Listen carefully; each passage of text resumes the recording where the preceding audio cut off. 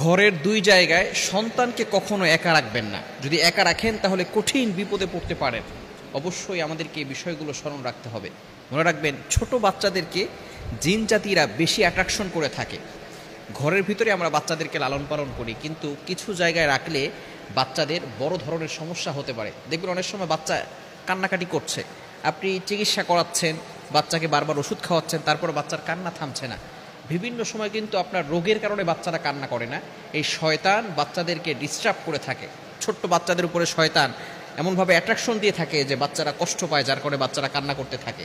এজন্য অবশ্যই ঘরের দুইটি জায়গায় বাচ্চাদেরকে একা ছাড়বেন না, তাহলে কিন্তু আপনি কঠিন বিপদে পড়ে যাবেন। বাচ্চা যদি অসুস্থ হয়ে যায়, অনেক সময় গর্ভধারিণী যে সমস্ত মায়েরা আছে তাদের পেট থেকেই জিন জাতিরা, দুষ্ট জিন জাতিরা এই বাচ্চা নষ্ট করে ফেলে। খবরদার, এজন্য মা বোনেরা খুব সাবধান। আপনার এত কষ্টেও একজন মা কতটা কষ্ট করে একটা বাচ্চা জন্ম দেওয়ার জন্য, এই বাচ্চা যদি কঠিন বিপদে পড়ে যায় অথবা মায়ের পেট থেকে যদি বাচ্চা নষ্ট হয়ে যায়, একটা মা কতটা কষ্ট অনুভব করতে পারে একটু চিন্তা করুন। Can you imagine that? আপনি কল্পনা করতে পারছেন একজন মা কতটা কষ্ট করে? অনেক জিন জাতি আছে পেটের ভিতরে বাচ্চা আসলেই বাচ্চা নষ্ট করে ফেলে। এজন্য মা বোনেরা যারা আছেন অবশ্যই শরীর বন্ধ করে রাখবেন, 5 ওয়াক্ত নামাজ পড়বেন, শরীর বন্ধ করে রাখবেন, ঘুমানোর আগে ওই কাজগুলো করবেন। ঘরের দুইটি জায়গায় জিন কিন্তু বেশি থাকে, বিশেষ করে 1 নাম্বার হচ্ছে টয়লেটে। অনেক সময় আমরা বাচ্চাদেরকে গোসল করাতে গিয়ে আমাদের অ্যাটাচড টয়লেট হওয়ার ফলে এমন পরিস্থিতি হয়ে দাঁড়িয়েছে, আমরা বাচ্চাদেরকে গোসল করার সময় বাচ্চাদেরকে টয়লেটে একা রেখে আমরা অনেক সময় কাজে চলে যাই। খবরদার, এটা কখনো করা যাবে না। টয়লেটে বাচ্চাদেরকে একা রাখবেন, এবং ঘরের ভিতরে বেডরুমে যখন থাকবেন, বেডরুমের সাথেই তো এখন অ্যাটাচড টয়লেট হয়েছে, গোসলখানা, অ্যাটাচড বাথরুম হয়েছে, দরজা খুলে রাখবেন না। কেননা টয়লেটের ভিতরে কিছু জিন জাতি রয়েছে, দুষ্ট জিন জাতি, এগুলো মানুষের সাথে খুব খারাপ ব্যবহার করে। বিশেষ করে যখনই আমরা টয়লেটে প্রবেশ করব তখনও আমরা একটি দোয়া পড়ে প্রবেশ করব, আল্লাহুম্মা ইন্নী আউযু বিকা মিনাল খুবসি ওয়াল খাবাইস।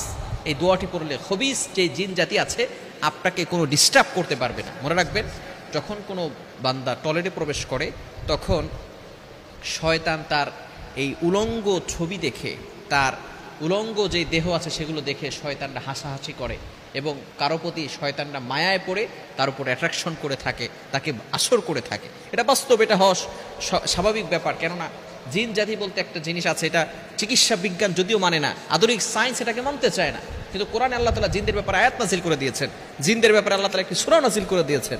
এজন্য অবশ্যই এই বিষয়ে আপনিও সতর্ক থাকবেন। যখনই টয়লেটে প্রবেশ করবেন এই দোয়াটি পড়বেন। দোয়াটি পড়লে আল্লাহ তাআলা এই শয়তানের মাঝে আর মানুষের মাঝে একটি পর্দা ঢেলে দেন।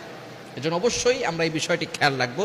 আমরা কখনো এই বিষয়টি কাজে লাগাবো না। আমরা বিশেষ করে সব সময় চিন্তা করব যাতে করে আমরা টয়লেটে ঢোকার আগে দোয়াটি পড়তে পারি।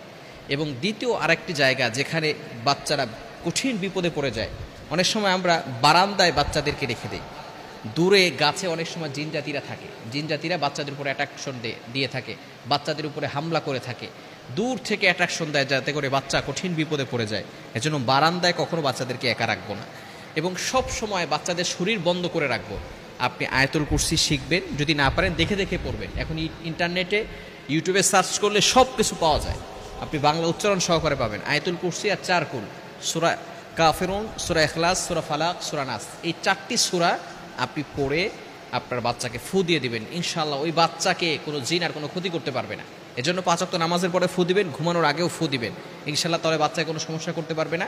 এবং মাকেও অনেক সময় শয়তান ডিস্টার্ব করে থাকে, বাচ্চার মা উভয়ই এই সূরা আয়াতুল কুরসি এবং 4 কুল পড়ে নিজের শরীরটা বন্ধ করে রাখলে দুনিয়ার কোনো শক্তি আপনাকে কোনো ক্ষতি করতে পারবে না।